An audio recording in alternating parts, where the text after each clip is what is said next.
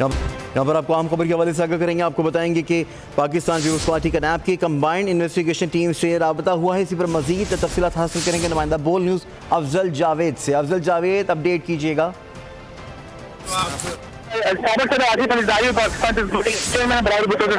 अब से कुछ देर के बाद जहां बिल्डिंग में पेश होंगे, इसके कबल जो नैब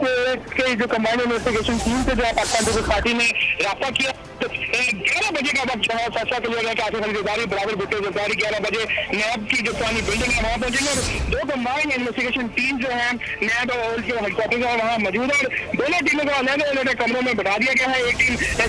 आसिफ अली जरदारी जबकि दूसरी टीम जो है बिलावल भुट्टो जरदारी से जो है बयान रिकॉर्ड करेगी और आसिफ अली जरदारी और बिलावल भुट्टो जरदारी को अलग अलग सवालनामा भी दिया जाएगा। साथ साथ नैब की जो इंटेलिजेंस विंग है उनको भी मौजूदा हालात के पेश नजर तलब पड़ी है, जबकि डीजी नैब रावलपिंडी जो तमाम इन्वेस्टिगेशन की निगरानी कर रहे हैं वो भी नैब हेडक्वार्टर की जो पुरानी बिल्डिंग है वहाँ पहुंच चुके हैं। जी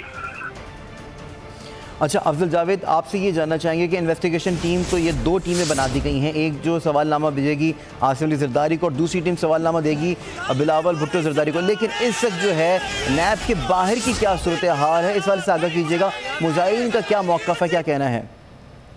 जी देखिए, बड़ी तादाद में जो है पाकिस्तान पीपल्स पार्टी के जो कारकुनान हैं आसिफ अली जरदारी और बिलावल भुट्टो जरदारी से इज़हार यकजहती के लिए यहाँ नैब हेडक्वार्टर की पुरानी बिल्डिंग में पहुंचे, लेकिन सिक्योरिटी के सख्त इंतजाम के बाद जो है कारकुनों की एक बहुत बड़ी तादाद को जो है नैब की बिल्डिंग पहुंचने से रोक दिया गया है और